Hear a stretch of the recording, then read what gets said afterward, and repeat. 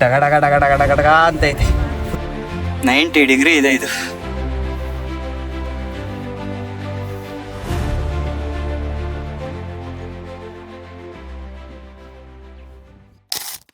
Hi, hello, ನಮಸ್ಕಾರ ಕರ್ನಾಟಕ. ನಾವಿವತ್ತು ಬಂದಿರೋದು ರಾಮನಗರ ಜಿಲ್ಲೆಯ ರಾಮದೇವರ ಬೆಟ್ಟಕ್ಕೆ. ಇದನ್ನ ರಾಮಗಿರಿ ಅಂತ ಕೂಡ ಕರೀತಾರೆ. ತ್ರೇತಾಯುಗದಲ್ಲಿ ದಶರಥ ಮಹಾರಾಜನ ಆಜ್ಞೆಯ ಪ್ರಕಾರ ಪ್ರಭು ಶ್ರೀರಾಮನಿಗೆ 14 ವರ್ಷ ವನವಾಸವನ್ನ ಆಗುತ್ತೆ. ಆ 14 ವರ್ಷ ವನವಾಸದಲ್ಲಿ ಹೆಚ್ಚು ದಿವಸಗಳ ಕಾಲ ದಂಡಕಾರಣ್ಯ ಮತ್ತೆ ಚಿತ್ರಕೂಟ ಎಂಬ ಕಾಡಿನಲ್ಲಿ ವಾಸ ಇರ್ತಾರೆ. ಆದ್ರೆ 3 ವರ್ಷಗಳ ಕಾಲ ಇಲ್ಲೇ ವಾಸ ಇದ್ರು ಎಂಬ ಪುರಾಣ ಇದೆ. ಅದಕ್ಕೆ ಪುರಾವೆಗಳು ಕೂಡ ಇದೆ. ಆ ಪುರಾವೆಗಳನ್ನ ಹುಡುಕುತ್ತಾ ನಾವು ಹೊರಟಿದೀವಿ ನಿಮಗೆ ರಾಮದೇವರ ಬೆಟ್ಟವನ್ನ ತೋರಿಸ್ಲಿಕ್ಕೆ. ವೆಲ್ಕಮ್ ಟು ರಾಮದೇವರ ಬೆಟ್ಟ.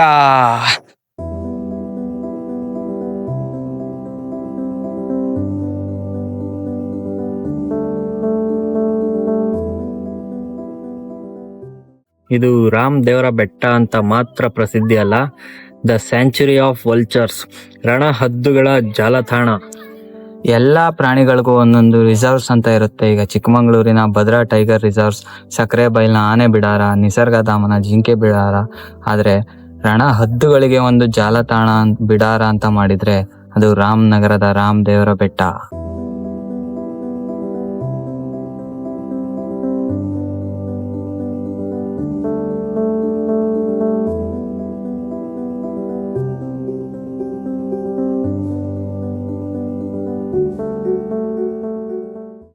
ಗುರು, ನಾವಿವಾಗ ಈ ಬೆಟ್ಟದ ಸ್ಟಾರ್ಟಿಂಗ್ ಪಾಯಿಂಟ್ ಹತ್ರ ತಲುಪಿದೀವಿ. ಇಲ್ಲಿಂದ ಟ್ರೆಕ್ಕಿಂಗ್ ಸ್ಟಾರ್ಟ್ ಆಗುತ್ತೆ. ಈ ಬೆಟ್ಟದ ಇನ್ನೊಂದು ವಿಶೇಷತೆ ಏನಂದ್ರೆ, ಈ ಬೆಟ್ಟದ ಸುತ್ತಮುತ್ತ ಕಾಗೆನೇ ಹಾರಾಡೋದಿಲ್ಲ. ಒಂದು ಕಾಗೆ ಕೂಡ ಕಾಣಿಸ್ಕೊಂಡಿಲ್ಲ. ಯಾಕಂದ್ರೆ ಇದು ತ್ರೇತಾಯುಗದಲ್ಲಿ ಕಾಗೆಗೆ ರಾಮ ಕೊಟ್ಟ ಶಾಪ. ರಾಮ ವನವಾಸದಲ್ಲಿ ಸ್ವಲ್ಪ ಸುಸ್ತಾಗಿ ಸೀತಾಮಾತೆ ತೊಡೆ ಮೇಲೆ ಮಲ್ಕೊಂಡು ರೆಸ್ಟ್ ಮಾಡುವಾಗ ಸೀತಾಮಾತೆಗೆ ಈ ಕಾಗೆಗಳು ಒಂದು ಕಾಟ ಕೊಡ್ತಿರ್ತವೆ. ಅದಕ್ಕೆ ಸಿಟ್ಟಾಗಿ ರಾಮ ಈ ಕಾಗೆಗಳು ಸುತ್ತಮುತ್ತ ಎಲ್ಲೂ ಕಾಣಿಸ್ಕೋಬಾರ್ದು, ಇಲ್ಲೆಲ್ಲೂ ಹಾರಾಡಬಾರ್ದು ಅಂತ ಶಾಪ ಕೊಟ್ಬಿಡ್ತಾರೆ. ಆ ಶಾಪ ತ್ರೇತಾಯುಗದಿಂದಲೂ ಕಂಟಿನ್ಯೂ ಆಗಿ ಕಲಿಯುಗದಲ್ಲೂ ಇಲ್ಲಿ ಕಾಗೆಗಳೇ ಹಾರಾಡೋದಿಲ್ಲ. ಗುರುವೇ, ಇಲ್ಲಿ ಕಾಣ್ತಾ ಇದೆ ನೋಡಿ, ಇದು ಬೆಟ್ಟದ ಹೆಬ್ಬಾಗಿಲು. ಇಲ್ಲಿಂದ ನಮ್ಮ ಜರ್ನಿ ಸ್ಟಾರ್ಟ್ ಆಗುತ್ತೆ. ಇಲ್ಲಿ ನೋಡ್ತಾ ಇದ್ದೀರಲ್ಲ, ಇದು ಸ್ವತಃ ಸೃಷ್ಟಿಯಾದಂತ ಹನುಮಂತನ ಕೆತ್ತನೆ. ಈ ಹನುಮಂತನ ಕೆತ್ತನೆಯ ಪಕ್ಕದಲ್ಲೇ ಇರೋದೇ ರಾಮ, ಸೀತೆ, ಲಕ್ಷ್ಮಣ ನಡೆದಾಡ್ತಿದ್ದಂತಹ ದಾರಿ. ಇದು ತ್ರೇತಾಯುಗದಲ್ಲಿ ಶ್ರೀರಾಮ ಸೃಷ್ಟಿಸಿದ ದಾರಿ. ಆ ದಾರಿಯಲ್ಲಿ ಇವತ್ತು ನಾವು ನಡೀತಾ ಇದ್ದೀವಿ.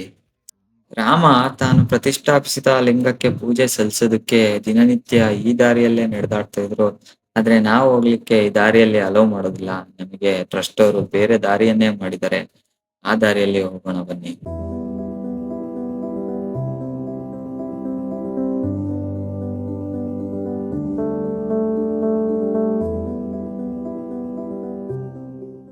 ಗುರುವೇ, ಈ ಬೆಟ್ಟವನ್ನು ಹೊತ್ಕೊಂಡು ಅರ್ಧ ತಪ್ಪಲಿಗೆ ಬಂದ್ಮೇಲೆ ನಮಗ್ ಸಿಗೋದೆ ಶ್ರೀ ರಾಮೇಶ್ವರ ದೇವಸ್ಥಾನ. ನಾವು ಕೆಳಗೆ ಹೇಳ್ದಾಗೆ ಪ್ರಭು ಶ್ರೀರಾಮ ಪೂಜೆ ಮಾಡ್ಲಿಕ್ಕೆ ಸ್ವತಃ ಸ್ಥಾಪಿಸಿದ ಲಿಂಗ ಇದರೊಳಗಡೆನೆ ಇದೆ.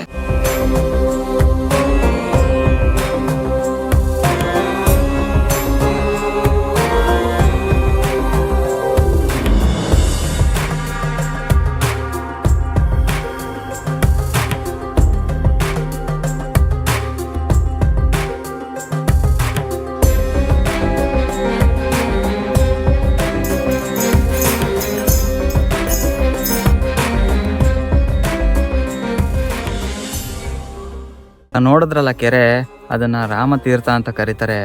ರಾಮ ಇಲ್ಲಿ ವಾಸ ಇದ್ದಾಗ ನೀರು ಸಿಗದೆ ಇರೋ ಕಾರಣ ಈ ಕೆರೆನ ಬಾಣ ಹೊಡೆದ್ಬಿಟ್ಟು ಸೃಷ್ಟಿ ಮಾಡ್ತಾರೆ. ಈ ಕೆರೆ ವಿಶೇಷತೆ ಏನು ಅಂದರೆ, ಇದು ಎಷ್ಟೇ ಬರಗಾಲ ಬಂದರೂ ಬತ್ತೋಗೋದಿಲ್ಲ. ಮತ್ತು ಇದರ ಆಳ ಯಾರ ಕೈಲೂ ಕಂಡುಹಿಡಿಯೋಕ್ಕೆ ಆಗಿಲ್ಲ, ಅಷ್ಟು ಡೆಪ್ತ್ ಇದೆ ಅಂತ ಹೇಳ್ತಾರೆ.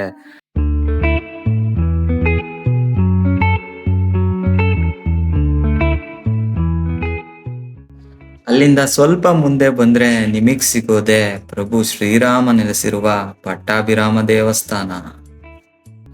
ಗುರುವೇ, ನೀವು ನೋಡ್ತಾ ಇದ್ದೀರಲ್ಲ, ಈ ದೇವಸ್ಥಾನದಲ್ಲಿ ತುಂಬಾ ವಿಶೇಷವಾದ ಒಂದು ವಿಗ್ರಹ ಇದೆ. ಆ ವಿಗ್ರಹವನ್ನು ನೋಡಿ ಅದರ ಹಿನ್ನೆಲೆಯನ್ನು ತಿಳಿಯೋಣ ಬನ್ನಿ.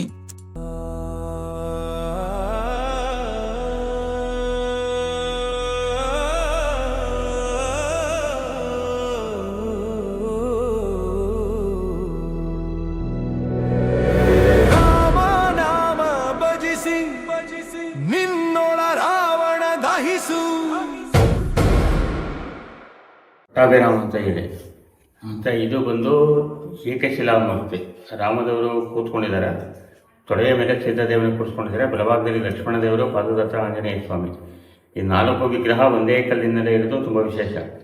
ಮತ್ತು ಈ ದೇವ್ರ ವಿಗ್ರಹವನ್ನು ತ್ರೇತಾಯುಗದಲ್ಲಿ ಸುಗ್ರೀವ ಪ್ರತಿಷ್ಠೆ ಮಾಡಿದ್ದರಿಂದ ಪ್ರಸಿದ್ಧಿ ಇರುವಂಥದ್ದು. ಅಂದರೆ ರಾಮದೇವರಿಗೆ ಅಯೋಧ್ಯೆಯಲ್ಲಿ ಪಟ್ಟಾಭಿಷೇಕ ಆಗುತ್ತೆ. ಅಲ್ಲಿ ಪಟ್ಟಾಭಿಷೇಕ ಆದ ಮೇಲೆ ಅಲ್ಲಿಂದ ಈ ವಿಗ್ರಹನ ಸುಗ್ರೀವದೇವರು ಕಿಷ್ಕಿಂದೆಗೆ ತೊಗೊಂಡು ಹೋಗ್ತಾ ಇರ್ತಾರೆ. ತೊಗೊಂಡು ಮಾರ್ಗಾವಿಗೆ ಹೋಗ್ತಾ ಇರ್ಬೇಕಾದ್ರೆ ಈ ಜಾಗದಲ್ಲಿ ಶೋಕಾಸುರನ ರಾಕ್ಷಸ ಸುಗ್ರೀವನ ಮೇಲೆ ದಾಳಿ ಮಾಡ್ತಾರೆ. ಅವರು ದಾಳಿ ಮಾಡಿದ್ರೆ ಈ ಜಾಗದಲ್ಲಿ ವಿಗ್ರಹನ ಇಟ್ಟು ರಾಕ್ಷಸನ ಸಂಹಾರ ಮಾಡ್ತಾರೆ. ಸಂಹಾರ ಮಾಡಿ ಆದ್ಮೇಲೆ ವಿಗ್ರಹ ಎತ್ಕೊಳಕ್ಕೆ ಹೋದಾಗ ವಿಗ್ರಹ ಬರೋದಿಲ್ಲ. ಒಂದು ಆಶಯರವಾಣಿ ಕೆರೆ ಬರುತ್ತೆ, ಈ ಜಾಗ ತುಂಬ ಪ್ರಶಾಂತವಾಗಿದೆ, ಈ ಜಾಗದಲ್ಲಿ ಪ್ರತಿಷ್ಠೆ ಮಾಡುವಂತ ಹೇಳಿ ಆ ಕಾರಣಕ್ಕೋಸ್ಕರ ಇಲ್ಲಿ ಸುಗ್ರೀವ ಪ್ರತಿಷ್ಠೆ ಮಾಡಿದ್ದರಿಂದ ಪ್ರಸಿದ್ಧಿ ಇರುವಂಥದ್ದು. ಗುರು, ಇಲ್ಲಿನ ಅರ್ಚಕರು ಹೇಳಿದ ಪ್ರಕಾರ ಈ ವಿಗ್ರಹನ ಸುಗ್ರೀವ ಪ್ರತಿಷ್ಠಾಪನೆ ಮಾಡಿದ್ದು ಅಂತ ಹೇಳ್ತಾರೆ. ಏಕಶಿಲೆಯಲ್ಲಿ ಕೆತ್ತನೆ ಆಗಿರೋ ರಾಮ ಸೀತೆಯ ಮೂರ್ತಿ ಪ್ರಪಂಚದಲ್ಲಿ ಯಾವುದು ಇಲ್ಲ ಅಂತ ಹೇಳ್ತಾರೆ. ಅದೇ ಈ ಜಾಗದ ಒಂದು ವಿಶೇಷ. ಮತ್ತು ಏನೋ ಒಂದು ವಿಶೇಷನ ನೋಡೋಣ ಅಂತ ಬಂದು ಸ್ವತಃ ಮರ್ಯಾದ ಪುರುಷೋತ್ತಮ ಶ್ರೀರಾಮ ನಡೆದಿರುವಂತ ಹಾದಿಯಲ್ಲಿ ನಡೀತಾ ಇದ್ದೀವಿ. ಇದಕ್ಕೆ ಎಷ್ಟು ಪುಣ್ಯ ಮಾಡಿದೀವೋ ಗೊತ್ತಿಲ್ಲ. Salute to mister Vinay. ಈ ಜಾಗಕ್ಕೆ ಕರ್ಕೊಂಬಂದ ವಿನಯ್ಗೆ ಒಂದ್ಸಲ ಜೈ.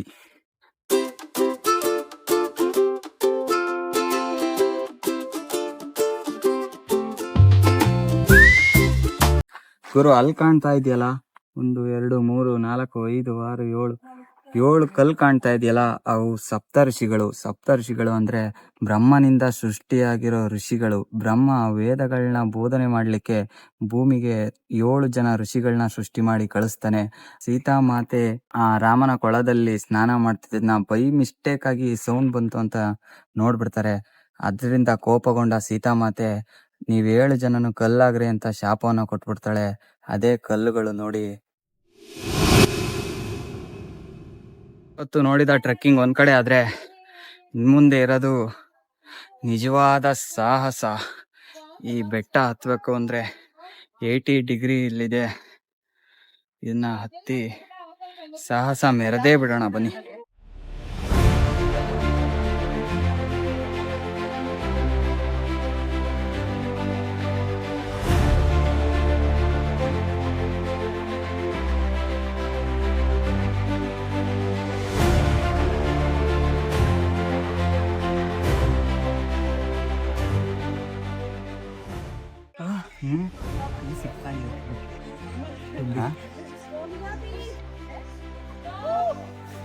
ವಾ, ತುಂಬಿ ಕೈ ಸಿಕ್ತಿಲ್ಲ, ಡಗ ಡಗ ಡಗ ಡಗ ಡಗ ಡಗ ಅಂತ ಐತೆ.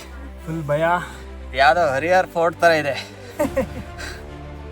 ಇಲ್ಲಿದೆ ನೋಡಿ, 90 ಡಿಗ್ರಿ ಇದೆ. ಇದು ಏಣಿ ಹತ್ತದಂಗೆ ಹತ್ಬೇಕು ಇವಾಗ. ಬಿಗ್ ಟಾಸ್ಕ್ ಆಗಿದೆ ನಮ್ಮ ವಿನಯ್ಗೆ. ಏನ್ ಹೇಳ್ತೀರಾ ವಿನಯ್? ಆ ಥರ ಏನಿಲ್ಲ ಅನ್ಬೋದು. ಯಪ್ಪ ನನಗೆ ಟಾಸ್ಕೆ. ಯಪ್ಪ, ಅಯ್ಯೋ ಅಯ್ಯೋ ಅಯ್ಯೋ, ಕೊನೆಗೂ ಹತ್ಬಿಟ್ವಿ. ಇಂಗ್ಲೆಂಡಿಂದ ಕೊಯ್ನೂರ್ ತಂದಷ್ಟೇ ಖುಷಿ ಆಯ್ತು ಈ ಬೆಟ್ಟನ ಹತ್ತಿದ್ದು. ಅಯ್ಯೋ, ಅಣ್ಣ ಸಖತ್ ಆಕ್ಟಿಂಗ್ ಮಾಡ್ತಿದ್ದೆ ಕಣ.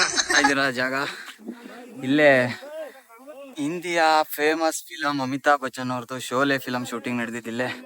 ಇದಕ್ಕೆ ಇನ್ನೊಂದು ಹೆಸರಿದೆ, ಶೋಲೆ ಶೂಟಿಂಗ್ ಸ್ಪಾಟ್ ಅಂತ. ಇಲ್ಲೇ ನಡೆದಿರೋದು ನೋಡಿ. ಚೆನ್ನಾಗಿದೆ. ಮೋಡಗಳೆಲ್ಲ ತುಂಬ್ಕೊಂಡಿರ್ತಿಲ್ಲಿ. ಆ ಮೇಲಿರೋ ಮೋಡಗಳೆಲ್ಲ ಸೀದಾ ಕೆಳಗೆ ಇರ್ತಾವ. ಇಲ್ಲಿ ಸ್ವಲ್ಪ ಬೇಗ ಬಂದ್ರೆ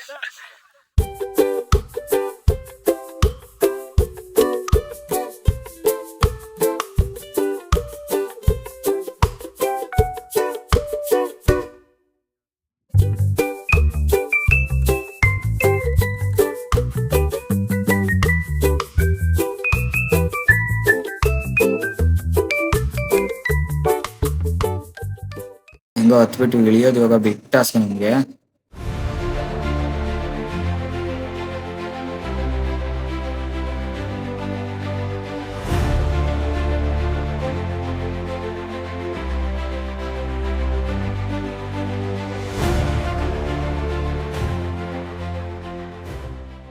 ಬೆಟ್ಟಕ್ಕೆ ಮೆಟ್ಲುಗಳನ್ನ ಕೆತ್ತದವರಿಗೆ ನನ್ನ ಪೂರ್ವಕ ಅಭಿನಂದನೆಗಳು. ಮೆಟ್ಲಿಲ್ಲ ಅಂದ್ರೆ ಯಾರು ಈ ಬೆಟ್ಟನ ಹತ್ತಕ್ಕಾಗ್ತಿರ್ಲಿಲ್ಲ. ತುಂಬ ಥ್ಯಾಂಕ್ಸ್ ಗೈಸ್. ಈ ಬೆಟ್ಟದ ಪುರಾವೆಗಳನ್ನ ಹುಡುಕುತ್ತಾ, ಪುರಾಣಗಳನ್ನ ತಿಳ್ಕೊತಾ ಆದಷ್ಟು ನಿಮಗೆ ಈ ಥರ ಇತಿಹಾಸನ ಪುರಾಣನ ತಿಳಿಸೋಕ್ಕೆ ಪ್ರಯತ್ನ ಪಟ್ಟು ತಿಳಿಸಿದ್ದೀನಿ. ವಿಡಿಯೋ ಇಷ್ಟ ಆದರೆ ದಯವಿಟ್ಟು ಸಬ್ಸ್ಕ್ರೈಬ್ ಮಾಡಿ, ಲೈಕ್ ಲೈಕ್ ಮಾಡಿ, ಕಮೆಂಟ್ ಕಮೆಂಟ್ ಮಾಡಿ, Thank you. ಖುಷಿಯಾಗಿರಿ.